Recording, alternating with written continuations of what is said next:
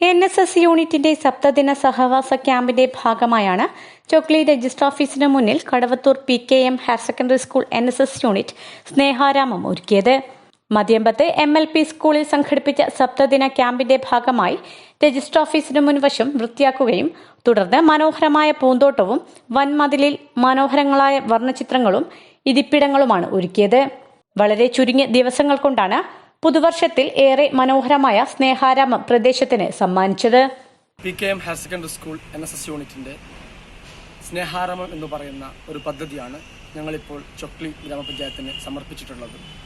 സമർപ്പിച്ച ഈ പദ്ധതി എന്ന് പറയുന്നത് കേരള സംസ്ഥാന സർക്കാരിന്റെ നവകേരളം മാലിന്യ വിമുക്ത കേരളം എന്ന് പറയുന്ന പദ്ധതിയുടെ ഭാഗമായി സംസ്ഥാന ശുചിത്വ മിഷന്റെ സഹകരണത്തോടെ സംഘടിപ്പിച്ച ഒരു പരിപാടിയാണ് ഈ പദ്ധതി സ്നേഹാരാമം എന്ന് പറയുന്നത്.